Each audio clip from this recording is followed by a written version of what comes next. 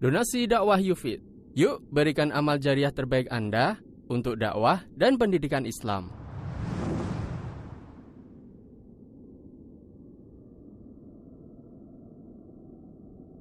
Bismillahirrahmanirrahim. Assalamualaikum warahmatullahi wabarakatuh. Alhamdulillahi rabbil alamin. Wal 'aqibatu lil muttaqin. ولا عدوان إلا على الظالمين وصلى الله على سيدنا ونبينا محمد وعلى آله وصحبه أجمعين أما بعد. Kita panjatkan puja dan puji syukur kehadirat Allah Tabaraka wa Ta'ala.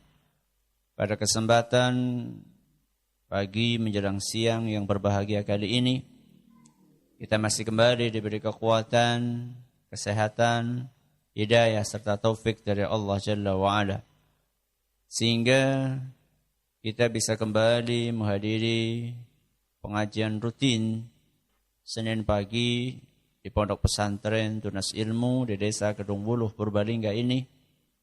Kita berharap semoga Allah Subhanahu wa Ta'ala berkenan untuk melimpahkan kepada kita semuanya ilmu yang bermanfaat, sehingga bisa kita amalkan sebagai bekal untuk menghadap kepada Allah Jalla wa'ala. Amin.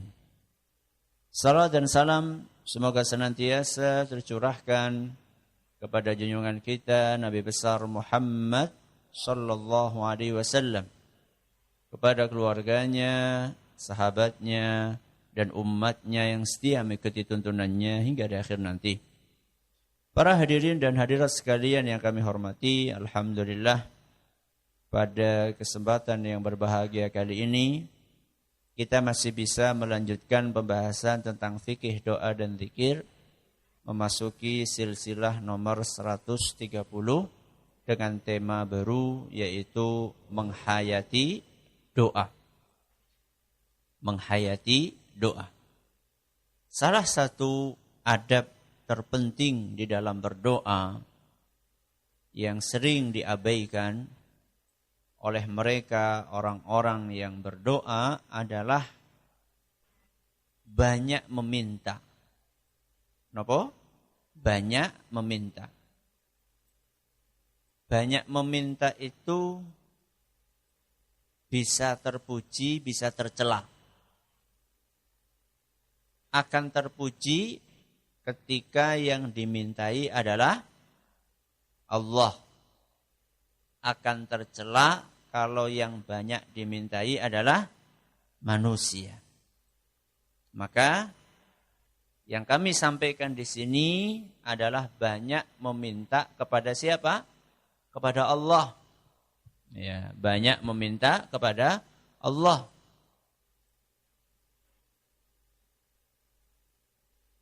Tidak cukup hanya sekali atau dua kali,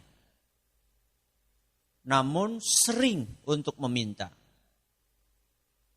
Dan tentu Allah berbeda dengan manusia. Laisa kamitslihi syai'un wa huwas samiul basir. Tidak ada yang serupa dengan Allah. Sesungguhnya Allah itu Maha mendengar dan Maha melihat. Kalau manusia dimintai dan sering dimintai, dia akan bosan. Bahkan mungkin dia akan jengkel dan marah. Itu berbeda kondisinya dengan Allah Subhanahu wa Ta'ala.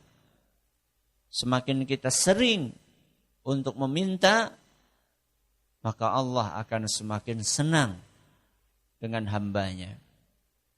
Kenapa demikian? Karena seringnya hamba meminta kepada Allah, itu merupakan tanda bahwa hamba ini butuh dan merasa butuh kepada Allah. Makanya Allah Subhanahu wa Ta'ala berfirman di dalam Al-Quran, Innal ladzina yastakbiruna an ibadati sayadkhuluna jahannama dakhirin. Orang-orang yang angkuh, orang-orang yang sombong, tidak mau beribadah kepadaku. Kepada sinten? kepada Allah, sayadkhuluna jahannama dakhirin. Dia akan masuk ke dalam neraka dalam keadaan hina dina. Jadi manusia itu memang harus menunjukkan perasaan butuh dia kepada Allah. Tidak boleh manusia itu angkuh. Apalagi angkuh kepada siapa? Kepada Allah. Merasa tidak butuh. Menganggap dirinya sudah punya keahlian, sudah punya kecukupan, sudah hebat. Lantas enggak pernah berdoa meminta kepada Allah. Ini Allah tidak suka dengan jenis manusia seperti ini. Maka salah satu etika dalam berdoa adalah banyak meminta.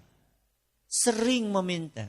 Dan tidak merasa bosan dalam meminta kepada Allah. Dan juga saat meminta menghayati isi dari apa yang dia minta. Jadi salah satu adab penting yang harus diperhatikan oleh orang yang berdoa adalah menghayati apa yang dia baca. Makanya kalau kita perhatikan redaksi doa-doa yang diajarkan oleh Rasulullah SAW, kita akan temukan bahwa redaksi itu membantu kita untuk bisa menghayati apa yang kita baca. Contoh misalnya, kita akan temukan bahwa tidak sedikit di antara redaksi doa yang ada dalam hadis Rasul SAW itu panjang. Redaksinya apa? Panjang. Tidak hanya panjang, tapi juga detil kandungannya. Serta isinya juga rinci.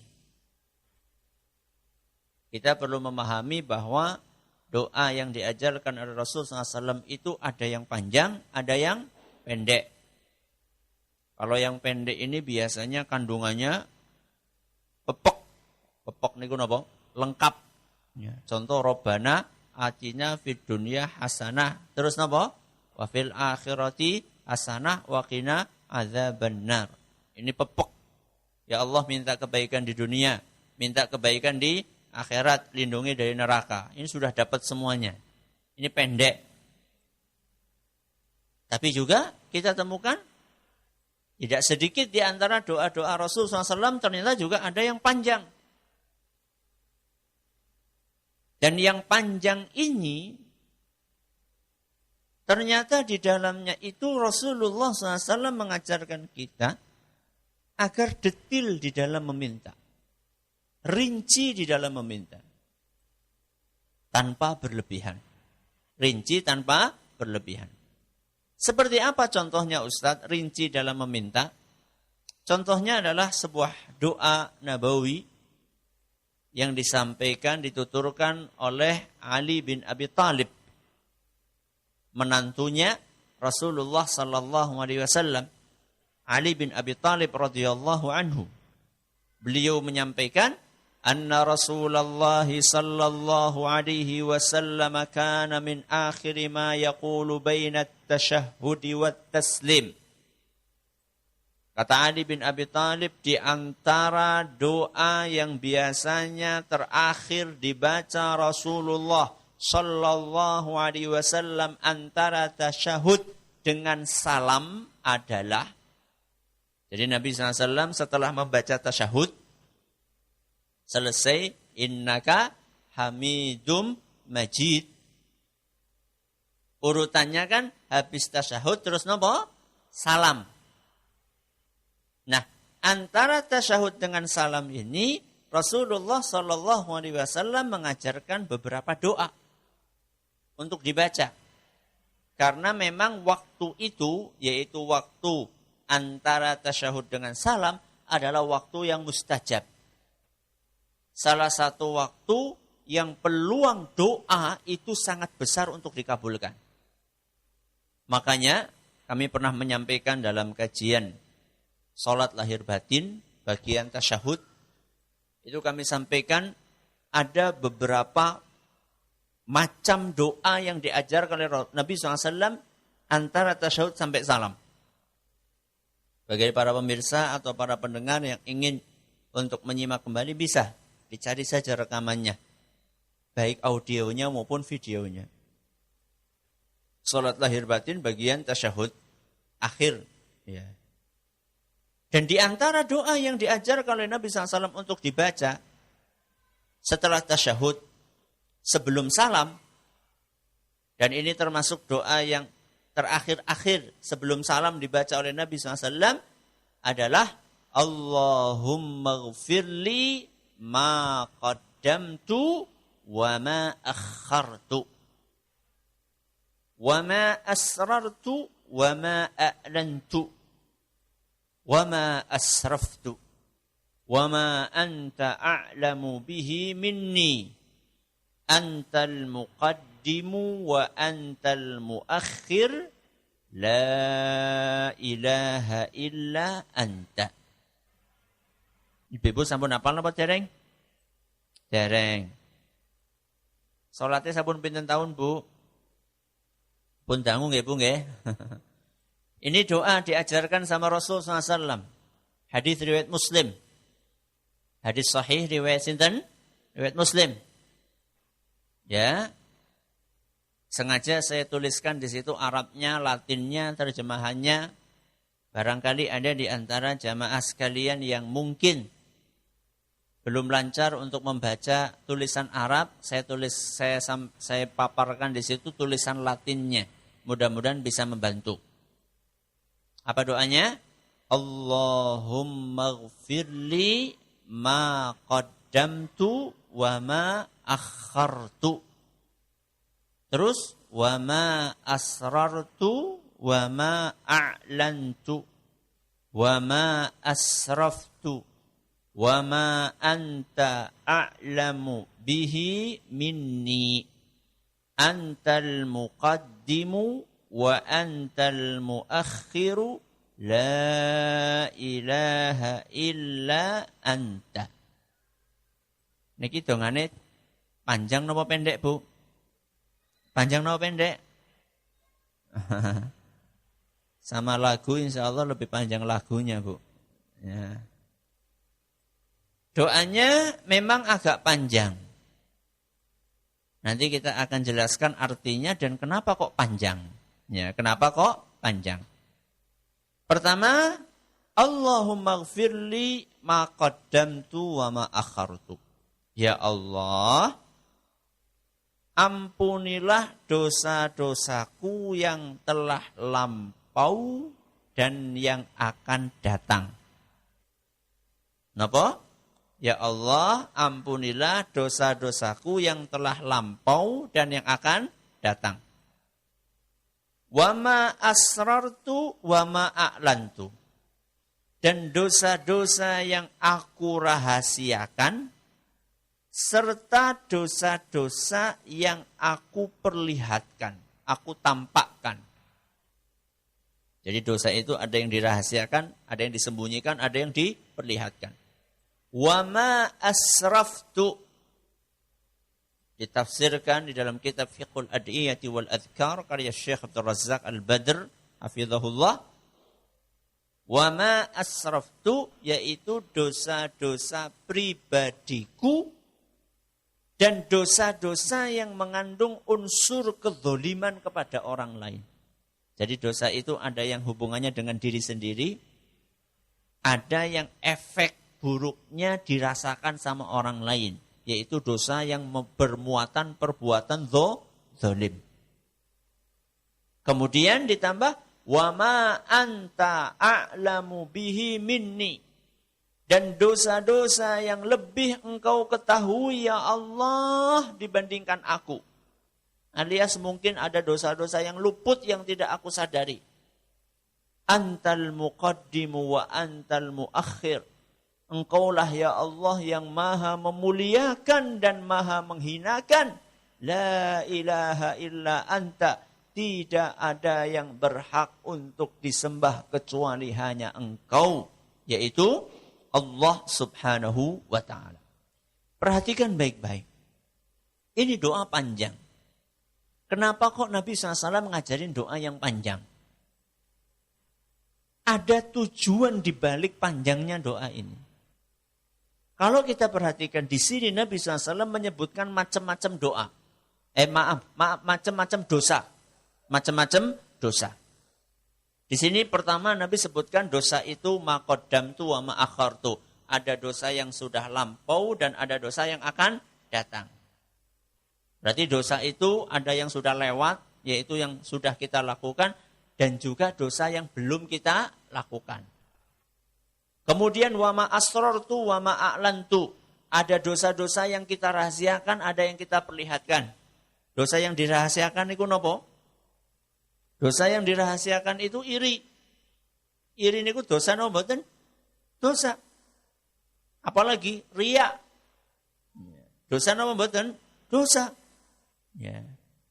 Kelihatannya salat baik, tapi ternyata di dalam hatinya itu ada tujuan busuk yang tersembunyi, yaitu riya. Itu dosa yang dirahasiakan. Kalau dosa yang tidak dirahasiakan alias diperlihatkan, contohnya nopo? Contohnya orang kudungan metu omah. Niku dosa nopo mboten, Bu? Dosa. Ya. Ra kudungan metu omah. Tidak pakai jilbab keluar rumah. Itu dosa. Dosa yang diperlihatkan kepada orang lain. Ya. Jadi ada dosa yang rahasia, ada dosa yang kelihatan. Wa ma asraftu. Dan ada juga dosa pribadi dan dosa yang efek buruknya dirasakan sama orang lain. Dosa pribadi contohnya mboten salat. Mboten apa? Salat. Itu hubungan pribadi antara kita dengan siapa? Dengan Allah. Tidak puasa. Itu tidak puasa Ramadan.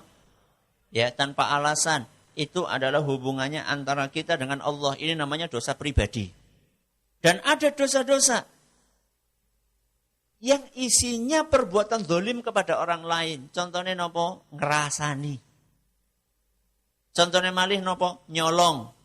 Contohnya malih nopo? Korupsi. Contohnya malih nopo?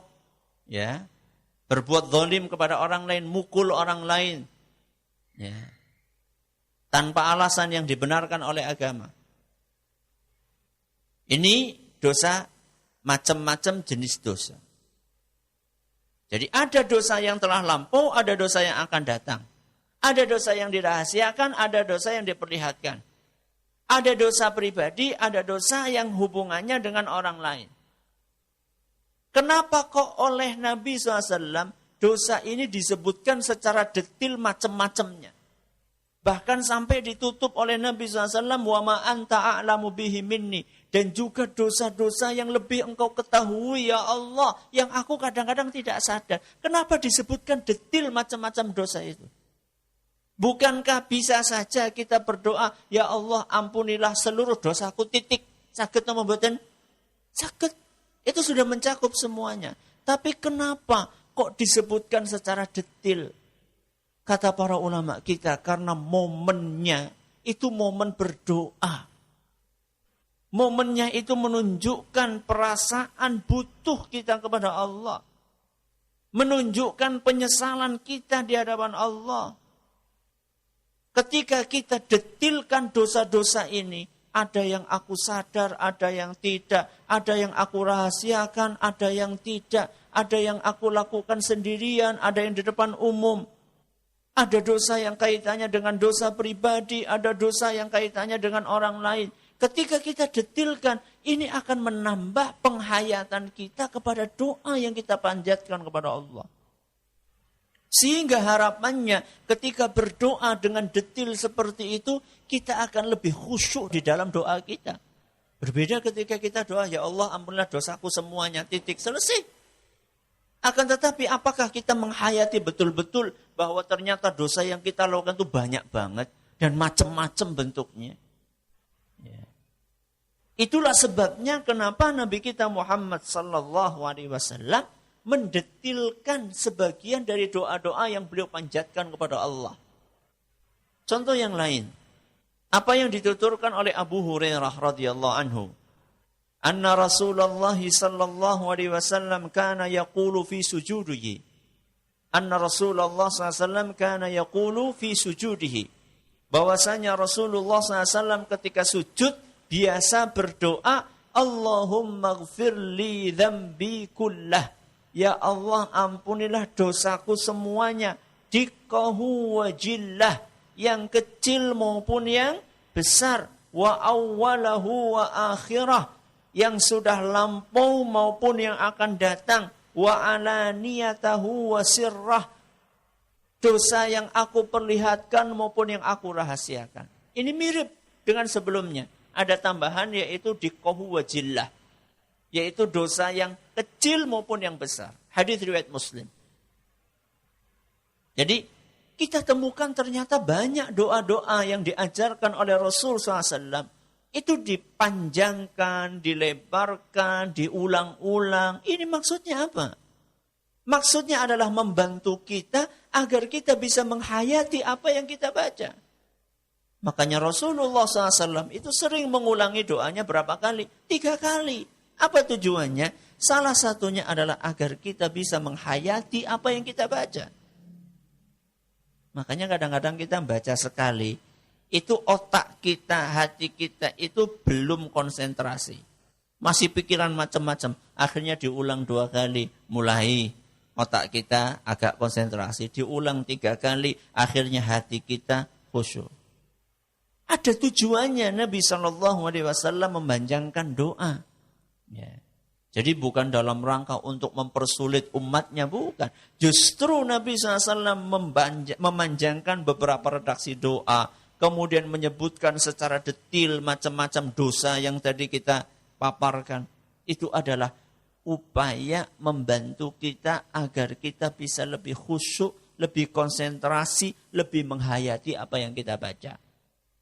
Dan satu poin terakhir yang penting adalah, kalau kita mau menghayati, maka kita harus memahami. Alias pemahaman penting untuk penghayatan. Maka aneh bin ajaib, ketika ada orang berdoa sekian belas tahun. Ketika ditanya, jenengan donga kados niku artinya nopo? Jawabannya nopo? Boten ngertos. Lah bagaimana akan menghayati kalau tidak faham apa yang dibaca? Maka luangkan waktu kita. Dari doa-doa yang kita baca selama ini, coba berapa doa yang sudah kita faham isinya? Berapa doa yang sudah kita mengerti kandungannya? Karena sungguh, ketika kita memahami apa yang kita baca, itu akan sangat membantu kita untuk bisa menghayati.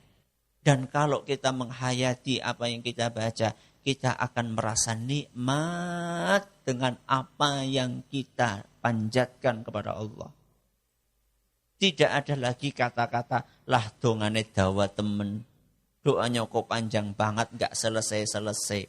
Ya, maka ini adalah kesimpulan kajian kita pada kali ini, bahwa salah satu adab berdoa adalah menghayati doa, dan supaya kita bisa menghayati, salah satu caranya adalah dengan memahami doa-doa yang kita baca. Wallahu ta'ala a'la wa alam. Silakan kalau ada yang mau bertanya bisa disampaikan. Terima kasih Ustaz Jazakumullah khairan. Silakan bagi kerabat muslim yang ingin bertanya di 085 600 100 880. Dan kita akan bacakan beberapa pertanyaan yang sudah masuk. Yang pertama kita bacakan dari hamba Allah yang ada di Purbalingga. Assalamualaikum Ustaz. Waalaikumsalam warahmatullahi wabarakatuh. Ustaz, bagaimana hukumnya ketika kita berdoa tapi dengan suara yang cepat Ustaz? Cepat. Suara yang cepat. Bagaimana hukumnya berdoa dengan suara yang cepat? Ya, cepat ini mungkin maksudnya ritmenya.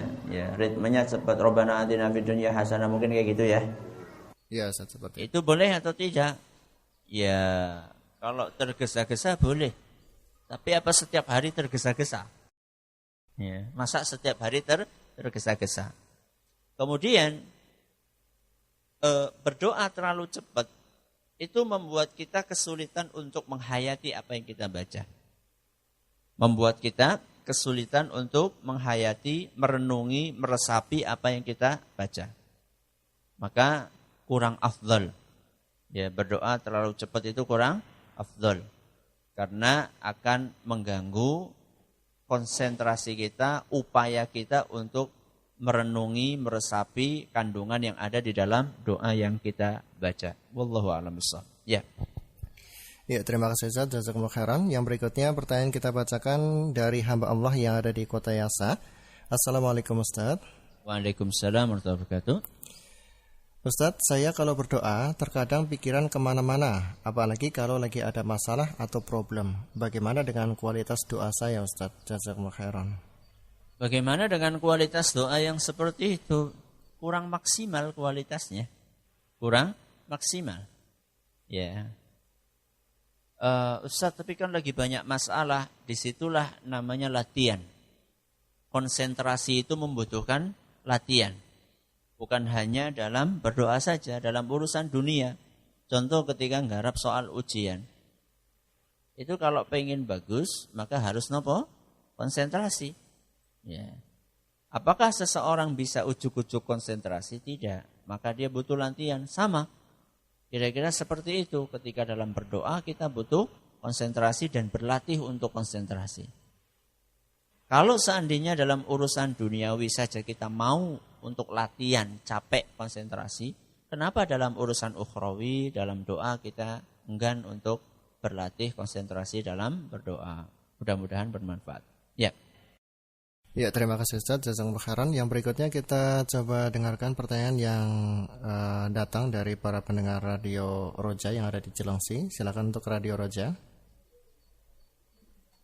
Ya, terima kasih jazakumullahu khairan atas kesempatan yang diberikan kepada kami. Pertanyaan pertama dari Abdullah.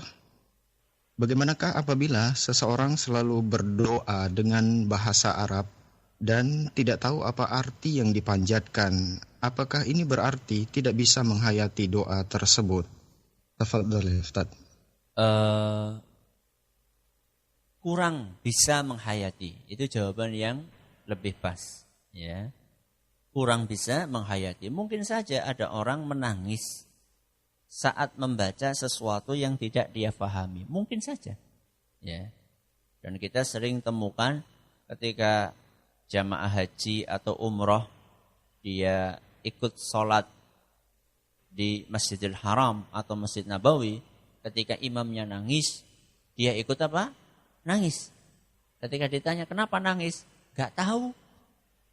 Ya, itu karena terbawa suasana. Karena terbawa suasana. Ya, mungkin saja. Akan tetapi tentunya ketika orang tidak paham, dia efek di dalam kesehariannya itu tidak akan terasa lebih dibandingkan orang yang paham. Ya. Jadi apa yang dibaca di dalam doa atau di dalam zikir atau dalam sholat, itu ketika dihayati, itu diharapkan akan mendatangkan perubahan di dalam perilaku kesehariannya menjadi lebih baik. Itu harapannya seperti itu. Ya, makanya kenapa kok tadi kita sampaikan, latihanlah, luangkanlah waktu untuk menghayati.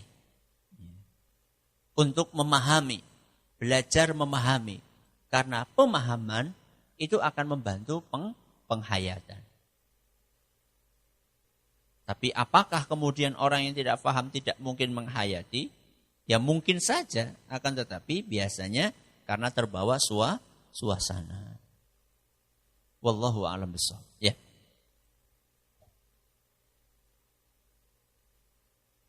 Baik, pertanyaan selanjutnya.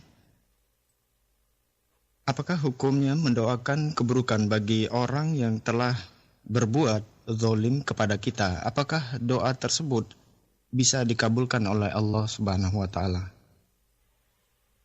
Bisa. Ya. Rasulullah sallallahu alaihi wasallam menyebutkan wattaqu da'watal madhlum fa innahu laisa bainaha wa bainallahi hijab. Takutlah kalian dengan doanya orang yang dizolimi. Karena doa orang yang seperti itu tidak ada hijab. Tidak ada pembatas yang menghalangi antara dia dengan Allah. Alias doa itu akan dikabulkan. Akan tetapi, apakah baik ketika seorang dizolimi mendoakan keburukan? Ini lain masalah. Tadi kan pertanyaannya baik atau tidak? Bukan. Tadi pertanyaannya adalah apakah mungkin dikabulkan? Mungkin. Tapi apakah mendoakan keburukan orang yang menzalimi itu adalah sesuatu yang ideal? Jawabannya tidak. Yang ideal, yang lebih ideal adalah mendoakan supaya orang ini mendapatkan hidayah. Kecuali kalau sudah keterlaluan. Makanya Nabi SAW pernah mendoakan beberapa suku ya Arab ya yang mereka berbuat zalim kepada kaum muslimin. Beliau doakan di dalam kunut nazilah. Beliau doakan di dalam kunut nazilah. Allahumma alaika bifulan, Allahumma alaika bifulan, ya Allah timpakanlah azabmu kepada fulan. Itu kalau sudah keterlaluan. Tapi kalau masih ya dalam batas mungkin bisa dimaklumi dalam tanda kutip, maka lebih baik didoakan hidayah, didoakan kebaikan. Wallahu a'lam bishawab. Ya. Saya bacakan dulu pertanyaan yang sudah masuk di sini. Ada dari hadirin, Ustadz, apa arti dari mujahadah? Dan bagaimana jika seorang laki-laki lebih mementingkan mujahadah daripada sholat berjamaah di masjid? Secara bahasa, mujahadah itu dari fi'il jahada yujahidu, yang artinya adalah berjuang, berupaya keras, ya, bersemangat. Ya, itu kira-kira arti dari jahada yujahidu. Jadi mujahadah itu adalah upaya keras, upaya besar untuk mendekatkan diri kepada Allah Subhanahu wa ta'ala. Tapi nampaknya yang ditanyakan di sini adalah sebuah praktek amalan tertentu. Ya, nampaknya ini yang ditanyakan sebetulnya karena di sini kemudian ditanyakan bagaimana laki-laki mementingkan mujahadah daripada sholat berjamaah di masjid. Ya tentunya yang namanya sholat berjamaah di masjid buat kaum pria, walaupun ada perbedaan pendapat di antara para ulama mengenai hukumnya, akan tetapi pendapat yang mengatakan wajib itu adalah pendapat yang sangat kuat. Pendapat yang menyebutkan bahwa sholat berjamaah di masjid buat kaum pria hukumnya fardu ain, itulah pendapat yang sangat kuat. Maka tidak seyogyanya dikalahkan dengan amalan-amalan yang lainnya. Ya, tidak seyogyanya dikalahkan dengan amalan-amalan yang lainnya. Jangankan dikalahkan dengan amalan yang kita belum tahu dalilnya. Seandainya jamaah itu dikalahkan dengan amalan yang hukumnya sunnah, itu saja tidak benar. Misalnya nih, kita lagi baca Quran. Baca Quran kan hukumnya sunnah, tadarus itu hukumnya sunnah. Kemudian azan, apakah kita tinggalkan tadarusnya, lantas kita berangkat ke masjid, atau kita teruskan tadarusnya nggak perlu ke masjid? Dalam kondisi seperti ini, maka lebih afdhalnya adalah kita tinggalkan tadarusnya, kemudian kita berangkat kemana? Ke masjid.